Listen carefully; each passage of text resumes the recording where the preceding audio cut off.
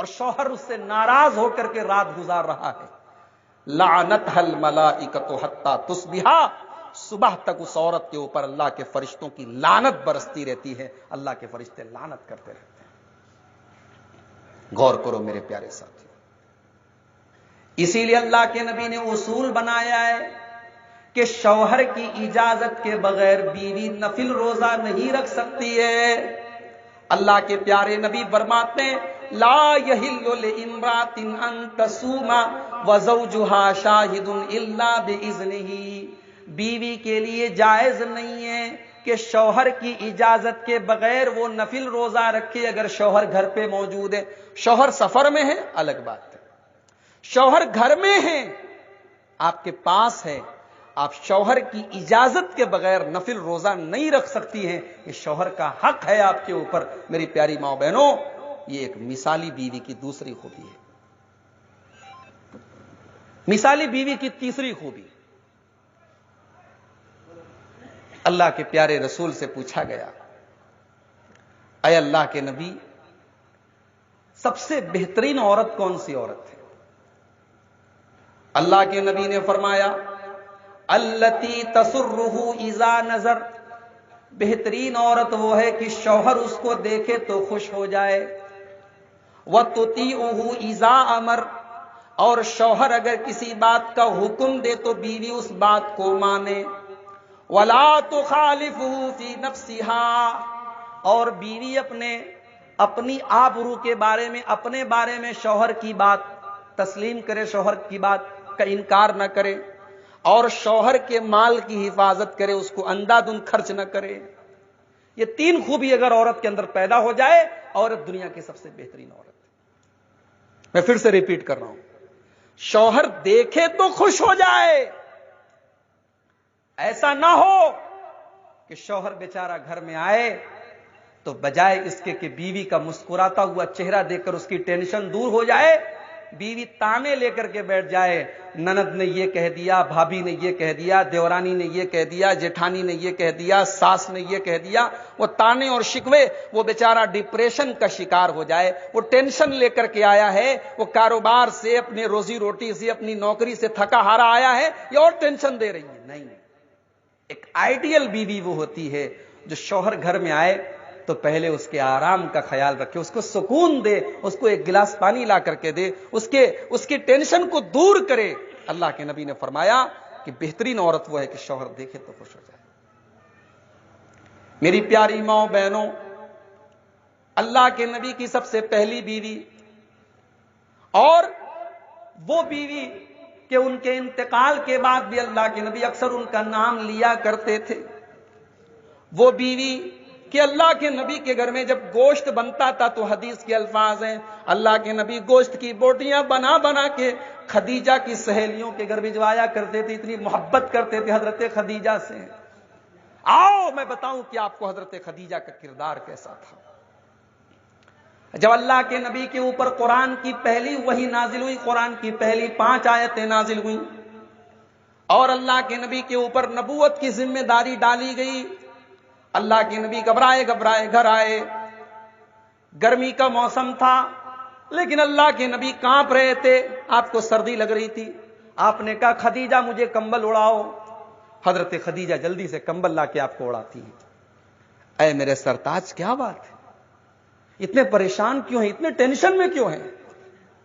اے خدیجہ کیا بتاؤں، آج میرے ساتھ ایسا ہوا، ایک فرشتہ میرے پاس آیا اور میرے اوپر قرآن کی آیتیں نازل ہوئیں، اور اللہ نے مجھے اپنا آخری نبی بنایا، اتنی بڑی ذمہ داری میرے کندھوں پر ڈالی گئی۔ اے خدیجہ مجھے ڈر لگ رہا ہے، مجھے ڈر لگ رہا ہے کہیں میری جان نہ چلی جائے، لقد خشیت علی نفسی، اتنی بڑی ذمہ داری میں کیسے اٹھاؤں گا؟ اللہ اکبر، ایک بہترین بیوی کا رول ادا کیا ہے حضرت خدیجہ رضی اللہ تعالی عنہ۔ کیا الفاظ کہیں انہوں نے، سونے کے حروف سے لکھے جانے کے قابل ہے۔ اللہ کے نبی ڈرے ہوئے ہیں، گھبرائے ہوئے ہیں، کہہ رہے ہیں خدیجہ مجھے اپنی جان کا ڈر ہے۔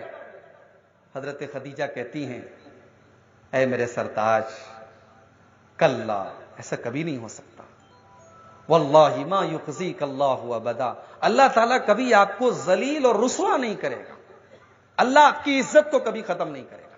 آپ ایک نیک انسان ہیں, آپ رشتہ داروں کے ساتھ اچھا سلوک کرتے ہیں, مہمان کی مہمان نوازی کرتے ہیں, بے سہارا لوگوں کو سہارا دیتے ہیں, لوگوں کے سکھ دکھ میں ان کے کام آتے ہیں.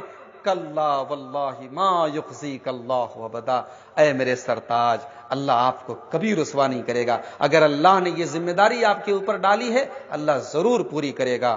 حضرت خدیجہ کی یہ الفاظ پیارے نبی کے سینے کو ٹھنڈک پہنچا دیتے ہیں اور پیارے نبی کی ساری ٹینشن دور ہو جاتی ہے. یہ ہوتا ہے ایک بہترین بیوی کا کردار. اللہ کے رسول فرماتے ہیں کہ بہترین بیوی وہ ہے کہ شوہر دیکھے تو خوش ہو جائے. ایسی نہ ہو کہ بیوی کو دیکھ کر کے شوہر بیچارے کا آدھا خون اس کا جل جائے. موبائل پر ایک میسج آیا تھا میرے, ایک حوالدار تھا, اس نے انسپیکٹر کو فون کیا. اس نے کہا انسپیکٹر صاحب یہاں ایک مرڈر ہو گیا. کہا ارے کیسے مرڈر ہو گیا؟ کہا کہ ایک بیوی نے اپنے شوہر کا مرڈر کر دیا. کہا کیسے مرڈر کر دیا؟ کہا کہ بیوی نے گھر میں زمین کو, فرش کو دھویا تھا اور فرش ابھی گیلا تھا, اور شوہر اسی گیلے فرش پر اندر گیا اور بیوی نے بیلن کھینچ کے مارا اور سر پہ لگا اور شوہر مر گیا. تو انسپیکٹر نے پوچھا کہ تو تم نے اس عورت کو ابھی اریسٹ کیا کہ نہیں کیا؟ کہا کہ نہیں ابھی وہ اندر ہے, ابھی ہم نے اریسٹ نہیں کیا. تو کہا ارے کیوں نہیں کر رہے ہو اریسٹ؟ کہا کہ ابھی فرش گیلا ہے, ابھی سوکھا نہیں ہے. تو بعض عورتیں ایسی بھی ہوتی ہیں, اللہ رحم کرے. وَلَا تُخَالِفُهُ فِي نَفْسِهَا وَمَالِهِ بِمَا يَكْرَهُ, شوہر کے مال کی حفاظت کرے اور اپنی عزت و آبرو کی حفاظت کرے. یہ تین کوالٹی جس عورت کے اندر پیدا ہو جائے وہ آئیڈیل بیوی ہے. اور آگے بڑھیے. ایک آئیڈیل بیوی کی چوتھی خوبی کیا ہے؟ وہ شوہر کی اجازت کے بغیر گھر سے نہ نکلے. جب من چل رہا ہے مائکے جا رہی ہے, جب جی چاہ رہا ہے بازار جا رہی ہے, جب جی چاہ رہا ہے سہیلیوں کے یہاں جا رہی, رشتہ داروں کے یہاں نہیں. اگر واقعی میں شوہر نے اجازت دے دی تم جہاں چاہے جا سکتی ہو تو الگ بات ہے, ورنہ شوہر سے اجازت لے کر کے جائے. بیوی کا یہ کام نہیں ہے کہ دن بھر ادھر ادھر پھرتی پھرے. اللہ تعالیٰ قرآن کریم میں فرماتا ہے وَقَرْنَ فِي بُيُوتِكُنَّ وَلَا تَبَرَّجْنَ تَبَرُّجَ الْجَاهِلِيَّةِ الْأُولَىٰ, اے عورتوں تم اپنے گھروں کے اندر رہا کرو, تمہیں جب کوئی ضرورت ہو کوئی کام ہو تبھی گھر سے نکلا کرو, ورنہ گھر کی ذمہ داری تم نبھایا کرو, گھر کے اندر رہا کرو. تو ایک آئیڈیل بیوی کی چوتھی خوبی ہے کہ وہ گھر میں اپنا زیادہ تر ٹائم اسپینڈ کرے.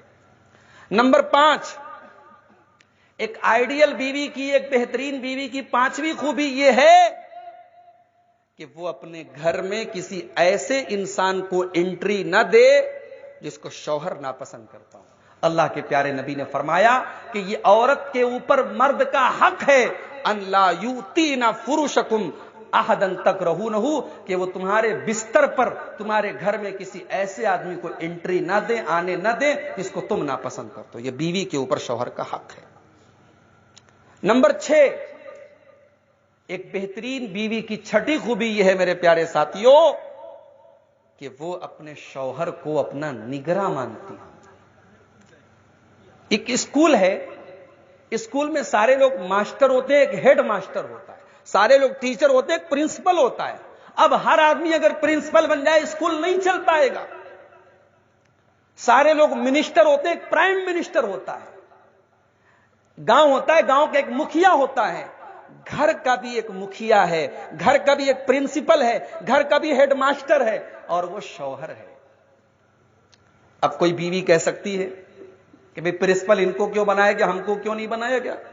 تو اللہ تعالیٰ نے اس کا جواب دیا ہے الرجال قوامون علی النساء, اے عورتوں مردوں کو تمہارے اوپر ہم نے نگراں بنایا ہے, ذمہ دار بنایا ہے, بما فضل اللہ بعضهم علی بعض وبما انفقوا من اموالهم, اس لیے کہ شوہر بیوی کے مقابلے میں, مرد عورت کے مقابلے میں طاقتور ہوتا ہے. تو بالکل یعنی نیچرل بات ہے, ہر آدمی جانتا ہے کہ مرد کے اندر عورت کے مقابلے میں طاقت زیادہ ہوتی ہے, حالات کو فیس کرنے کی چھمتا زیادہ ہوتی ہے.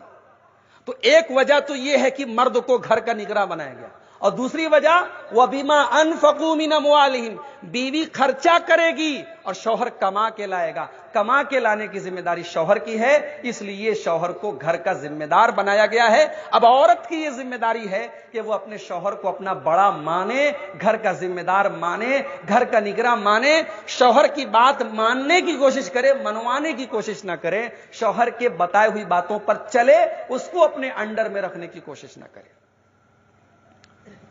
5 چیزیں ہو گئی. نمبر 6، ایک بہترین عورت کی چھٹی خوبی، ایک بہترین بیوی کی چھٹی خوبی یہ ہے میرے بھائیوں کہ وہ اپنے گھر کی ذمہ داریوں کو ادا کرے.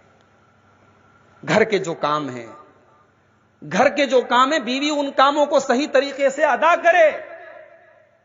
حضرت فاطمہ رضی اللہ تعالیٰ عنہ نبی کے کلیجے کا ٹکڑا ہیں، نبی کی بیٹی ہیں، ساری جنتی عورتوں کی سردار ہیں، راتوں کو تہجد پڑھتی ہے، حسن حسین کی پرورش کرتی ہیں. لیکن کیا حضرت فاطمہ کو کھانا نہیں بنانا پڑتا؟ کھانا بھی اپنے ہاتھ سے بناتی ہیں، برتن بھی اپنے ہاتھ سے دھوتی ہیں. آج تو ہماری ماں بہنوں کو اللہ نے بڑی سہولتیں دی ہیں. کپڑا دھلنے کے لیے واشنگ مشین موجود ہو گئی، کھانا بنانے کے لیے گیس کے چولہے آ گئے، بہت سارے کام کرنے کے لیے آسانیاں پیدا ہو گئیں.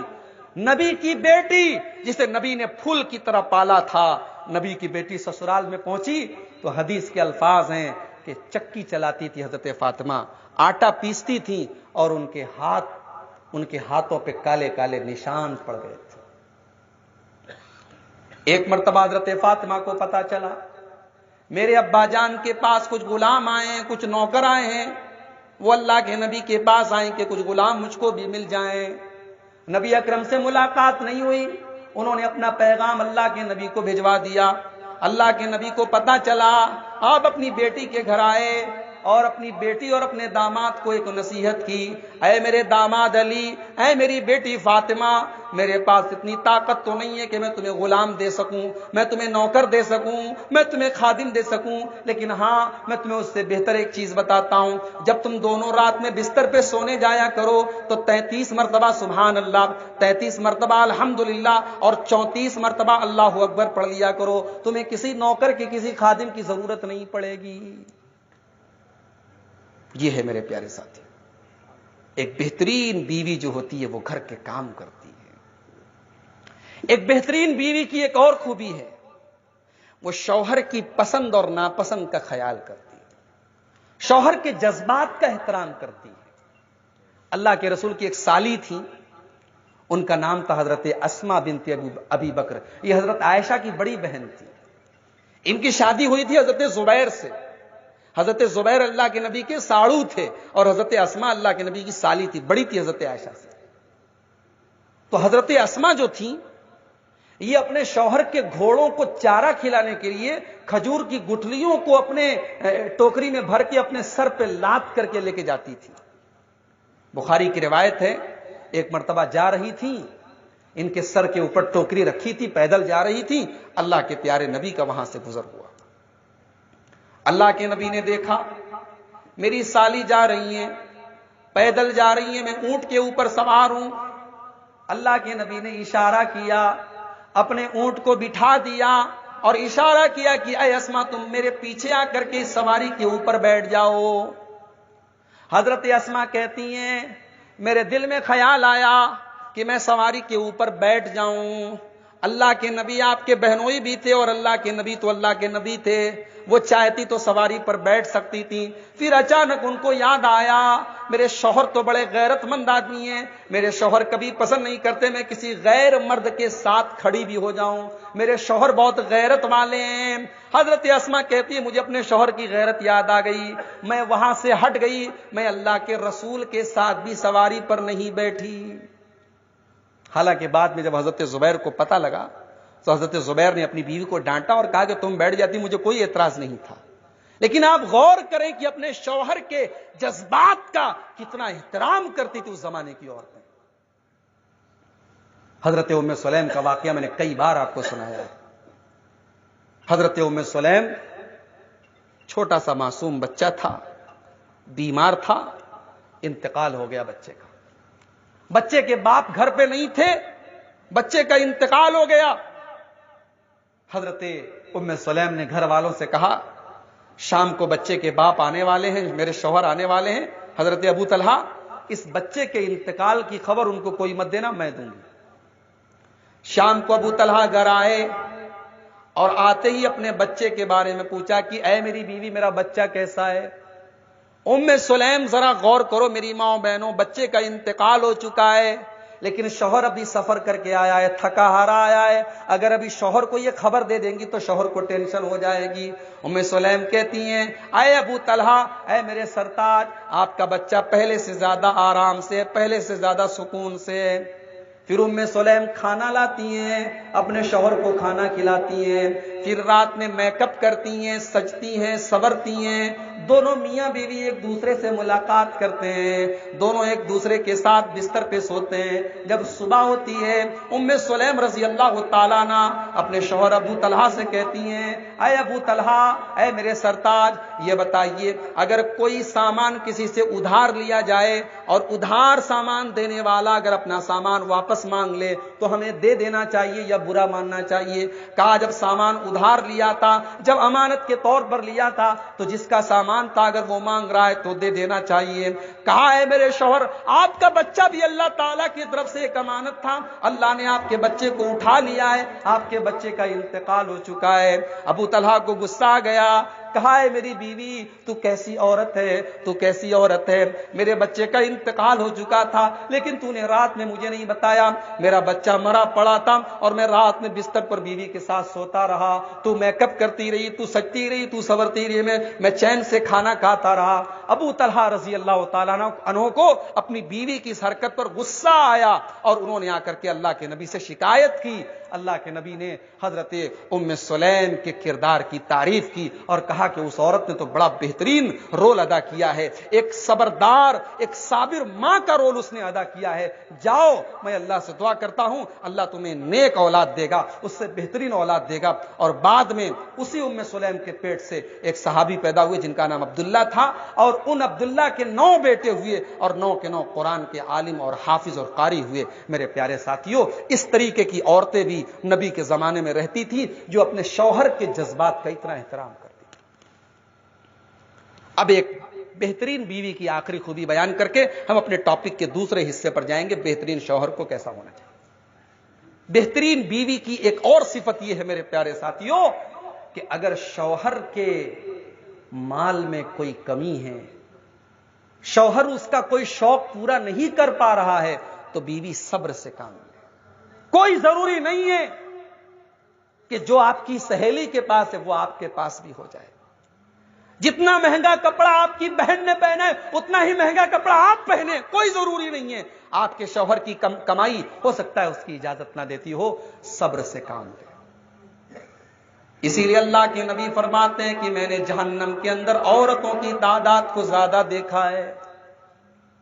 صحابہ نے پوچھا اے اللہ کے نبی, آپ نے جہنم کے اندر عورتوں کو زیادہ کیوں دیکھا ہے؟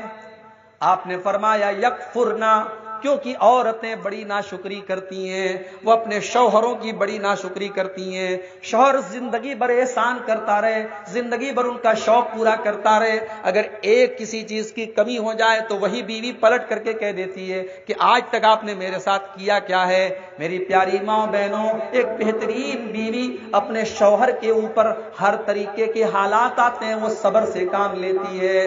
اللہ کے نبی کی بیویوں کو دیکھو, نبی کی زندگی میں کیسا کیسا دور آیا ہے. اما عائشہ فرماتی ہیں اللہ کے نبی کے گھر میں 2 مہینے گزر جاتے تھے اور نبی کے گھر میں چولہا بھی نہیں جلتا تھا.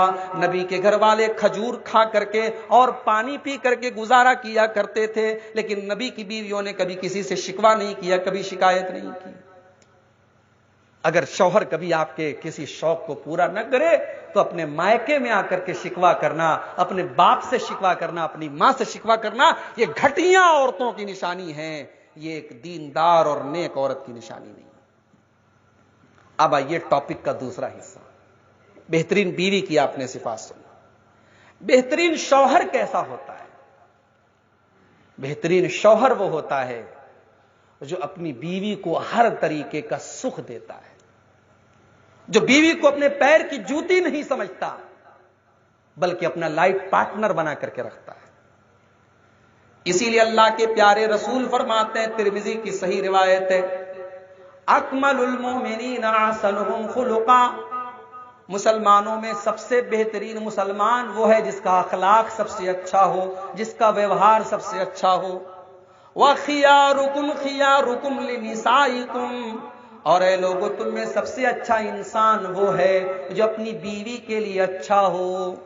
سارے زمانے کے لیے آپ اچھے ہیں, پورا گاؤں آپ کی تعریف کرتا ہے, لیکن بیوی کو اگر آپ سکھ نہیں دیتے, بیوی کو خوش نہیں رکھتے, تو آپ اچھے نہیں ہیں. ایک بہترین شوہر وہ ہے جو بیوی کو خوش رکھے میرے پیارے ساتھ.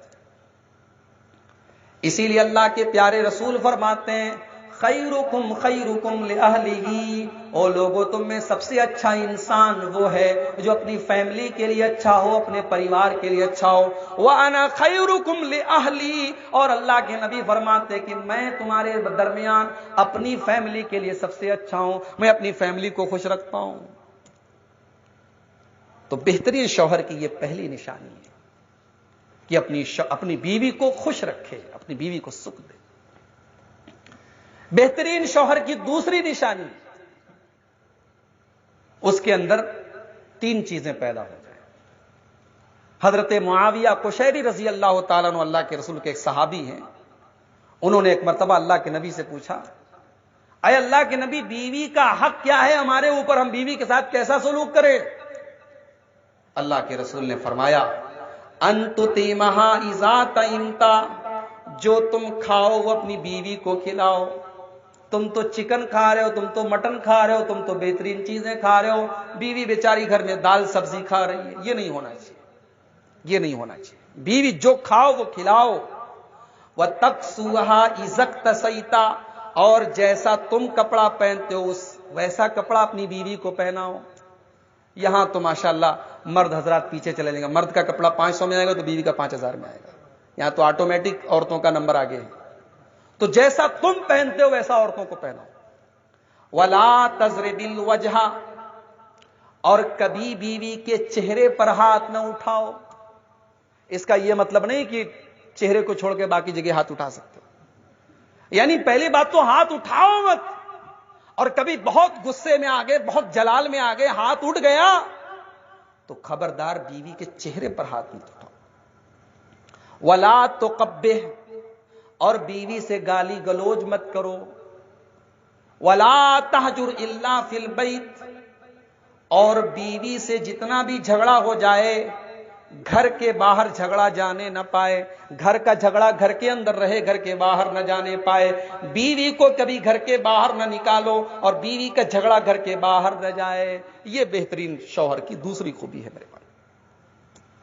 بہترین شوہر کی تیسری خوبی کہ وہ اپنی بیوی پر کبھی ہاتھ نہیں اٹھاتا. حضرت عائشہ رضی اللہ تعالیٰ عنہ فرماتی ہیں, ما ضرب رسول اللہ صلی اللہ علیہ وسلم امرأۃ قط, اللہ کے نبی نے کبھی کسی عورت کے اوپر ہاتھ نہیں اٹھایا, کسی عورت پر ہاتھ نہیں اٹھایا. نبی نے کسی, اپنی بیوی تو چھوڑ دو, کسی عورت پر کبھی ہاتھ نہیں اٹھایا.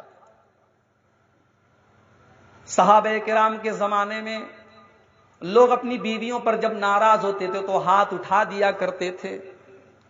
اللہ کے نبی کو پتا چلا, آپ نے صحابہ کو منع کیا کہ خبردار خبردار, تم اپنی بیوی کے اوپر ہاتھ نہیں اٹھا سکتے.